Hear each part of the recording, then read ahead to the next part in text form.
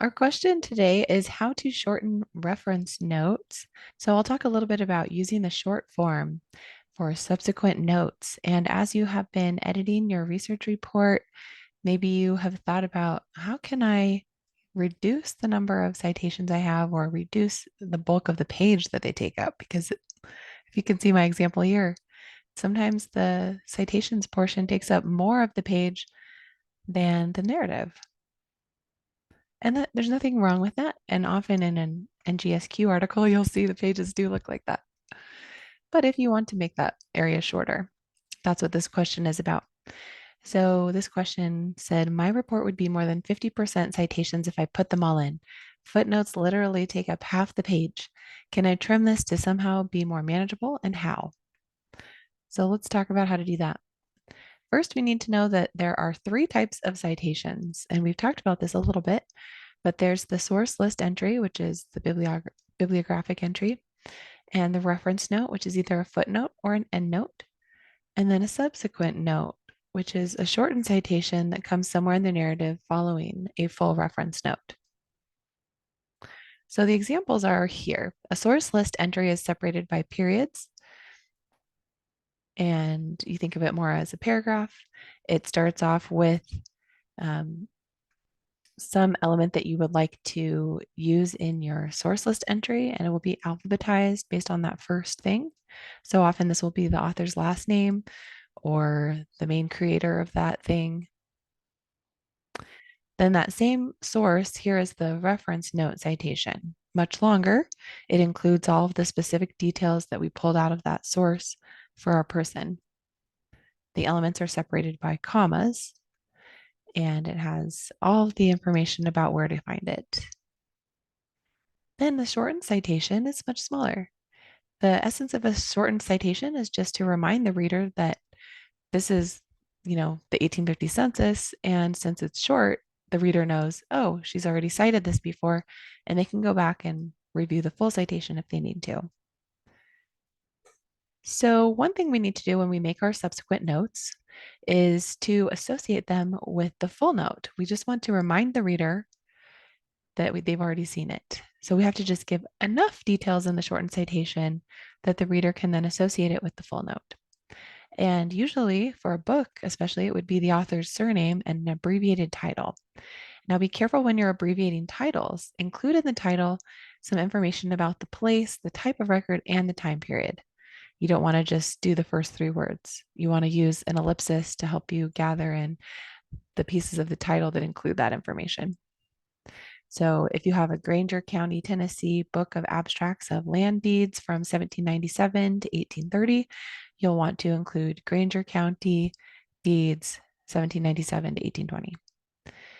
Then the specific location of cited information you want to keep, but you can exclude URLs and publication information. That's what usually takes up the bulk of those long citations anyway. The short form should remind readers that there's a full note earlier in the text. So now that you understand the principle of shortening citations, let's talk about how to do it. You can abbreviate as much as you want. It helps to just focus on using commonly understood abbreviations. And anytime you use an abbreviation or an initialism, in the first reference note, you can spell everything out and then put the initialism in parentheses. Then people will know what you're talking about in later citations. To shorten a book citation, you'll just include the author's last name, a shortened title that includes the place, the record type, and the dates. Then you can remove the publication info, so like the publisher, the place of publication, and the year. But you do want to keep the page number where that specific information came from. To shorten a census citation, you're going to remove the publication information and the website information after the person of interest. So you're just going to cut off that whole second half. For unpublished sources, you're going to remove the repository information and where it's located. Then if you looked at these unpublished originals with images online, you're going to remove the website title, URL, access date, and the source of the source info, which you'll usually see as citing ... And then if you're citing a database, you'll keep most of it, but you'll remove the URL and the access date. So the common thread you'll see here is that you're mostly getting rid of the publication and access information. You just want the specifics of what the source is, 1850 census, this book, and enough details about that book, like the author's last name, so that people don't get confused with other books. Here's an example of the full reference note from my research project for this book called Granger County, Tennessee, Various Records that I viewed at the Family History Library, but you can get it at any library that has it. So the author, James Duthat, the title, and the publication information here. For the subsequent note, I just removed everything in parentheses and abbreviated some things. So we just have the author's last name, an abbreviated title, Granger Co., 10, various records, and the date range, and then the page number. So making your subsequent notes smaller for books is easy. Just get rid of the information in the parentheses.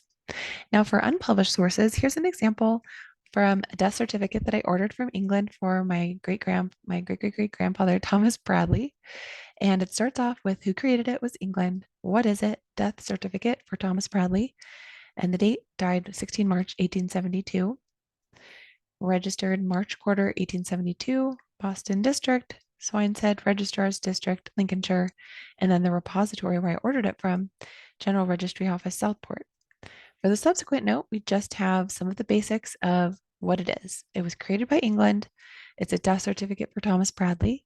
It doesn't have his death date. It just has March quarter 1872 and then Boston District and the exact number. The rest of that was cut off. And this was an example that I just took straight out of Evidence Explained to try to understand how to shorten these unpublished sources, which I'm not super familiar with. And I thought it was interesting that she did get rid of the death date and just focused on the source location arrangement information, which is the fact that it's in the March quarter, 1872. And probably because the information that you're citing in your text says whatever you want it to say about when he died. And you've already cited that before, so you don't need it. So I thought that was interesting. But this is basically just getting rid of the repository and focusing on the item of interest location within the source.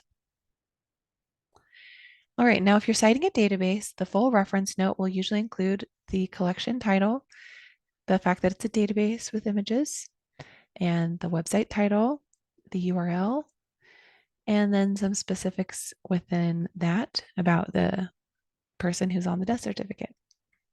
Then it has the source of the source info right here, citing FHL microfilm, number, blah, blah, blah.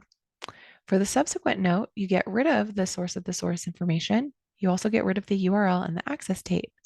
And then you're left with just this Ohio Deaths collection title.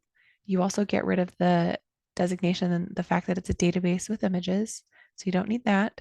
Then you're just left with the collection title, the website title, and the basic information about what it is, David Rose certificate image, and the number. So I wouldn't say that there's like a specific perfect way that you have to do this, except for to follow the principles that you need to make it so people can understand what you're referring back to. You're referring back to this database that has the certificate of David Rose and some of the information about David and the dates. All right, one more example. If you're viewing unpublished originals with images online, here's what it might look like. We have the Blount County, Tennessee Court Minutes, Book 9, page 312, a road order for AB West. The image is online at Family Search at this URL and the access date. For these, I love it's easy to shorten them. You just go ahead and get rid of all of the second half of this citation. And so you're getting rid of the second layer, basically. So if somebody wanted to go to the original courthouse here and view these court minutes, they would see just this part of the citation. But since I viewed this online, I had a second layer with the family search information. For the subsequent note, you don't need any of that information, so you can just remove that all, and all you have left is just the physical layer. Now, another way to shorten your citation section is to use IBID. And I heard recently that Chicago Manual of Style stopped recommending the use of IBID, but Elizabeth Shown Mills said that it still has its use in genealogical writing, which I was glad because I do use it. So here's the bottom of one of my report pages where I've used IBID. IBID just means exactly the same as above. So if you want to cite the exact same thing in the footnote above in your next footnote, you can just put IBID. This doesn't work if you've cited more than one source in one footnote, because then the person reading won't know which one it is. So if you've just cited one footnote, one source in this footnote, like I have on this website about the workhouse, and I wanted to cite it again later, and there's nothing in between it, you can put IBID. Now, usually it's not a good idea to put IBID until you're done with the report and you are going through trying to shorten any citation stuff, and you see two in a row that they're exactly the same, then you can add the IBID at that point. Because if you edit things, move things around, IBID will refer to the wrong thing. You can see here, I've also used the same website again, but I used a shortened citation this time because I had a different citation in between it. Here's another example of using IBID. Now, if I want to cite Blaine Bettinger's project, the Shared Sun Morgan project, but I don't want to include this 3-line citation again, but I want to use a different page, you can use IBID for that. Just cite IBID, comma, and then the new page that you're citing. And the reader will understand that you're citing the Shared Sun Morgan project PDF online, but you're not citing page 41 anymore, you're citing page 6. And the same with the next one. So that frees up quite a bit of space. And here's another example where I was citing a will and I wanted to cite it again. And then I wanted to cite it a different page of it. So the first one I was citing page 190 and 191, and this one I was only citing page 191. So IBID and shortened citations can help you have less space of your page taken up by citations. My biggest tip, though, would be to not shorten anything or use IBID until you're completely done editing and it's just one of the final steps of your report. To learn more about shortening citations, go to Evidence Explained by Elizabeth Schoen Mills. Each model that she has includes an example of the shortened citation, so you can really get a feel for how to do that. And she also has a discussion of shortened citations at 2.43, which is on page 64 of the 3rd edition. All right. Any comments or questions?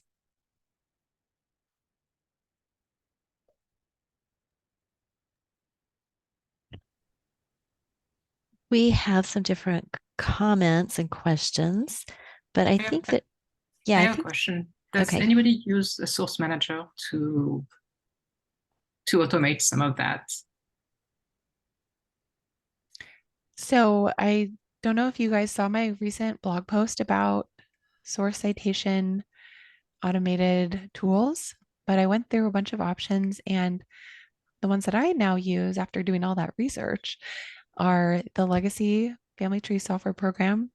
They have a source writer that has evidence explained templates. And as you type into the fields, it generates a preview of what each type of citation will look like: the source list, reference note, and subsequent note.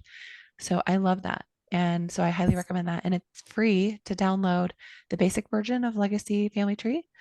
And that has all of the templates in it. The other I thing I was like, thinking, go I ahead. was thinking more about something like Zotero and Okay. the other options that, like, you store all of your sources in the database and then you Mhm. tie it to your word processing, including Google Docs. I've And tried Zotero before and I like it, but it doesn't work very well with genealogical sources because it's built yeah, for academic sources. So if you're using yes, a lot of books and journals, that can be really helpful. But I felt like I was trying to work around it a lot when I used it for like anything that was unpublished or database type things. yeah, it works really well for books though, and articles Absolutely. Yeah, and especially if you're getting a lot of websites. data, extracting a lot of notes out of those. Yeah. Yeah, and there is a book about Zotero by Donna Cox Baker, which I have, and I think it's a really great way to learn how to use it for genealogy. Yeah. And I was going to also say, Agnes, that the other tool that I like for um, citations is the online repository assistant, Aura. and that can help you generate automatic citations by using their text templates. So I won't say too much more about it here, but it's been really helpful for me. Thank you. So Nicole? Yeah. How do you use multiple different software and work them together? Do you find you use one for a particular project, or you mix and matching? Because when Agnes was talking, I was thinking how you could maybe use Zotero for books and articles and then just copy that out of there and into a report and maybe pull from somewhere else. Is that what you do? Yes, that's what I mainly do. And I'm really bad at using actual software programs consistently. Yeah. And so I usually just use them to help me get the citations that I want and put them in my report.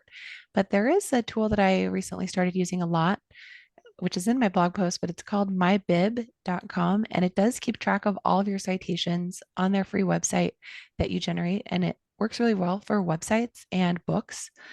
And you can just type in the title of the book and it will pull up, is this the book you want? And then I can't find the publisher. What is the publisher? And then so I have multiple projects there, like my James Dyer report, and then my talk about this subject. And so I have like 5 different projects already. I just started using it last month, where I have all of the books, and then you can just copy and paste the source list entry or the bibliographic entry. So I recommend that one as well. If you don't if you're not necessarily ready to download the Zotero application to your computer, but you wanted to start trying to use something like that, you could use MyBib. It's really easy. There's no ads, and it does keep track of all your citations for you that you've made. Thanks, Nicole. Great. Well, thanks for your comments and questions, and we better go on to our lesson.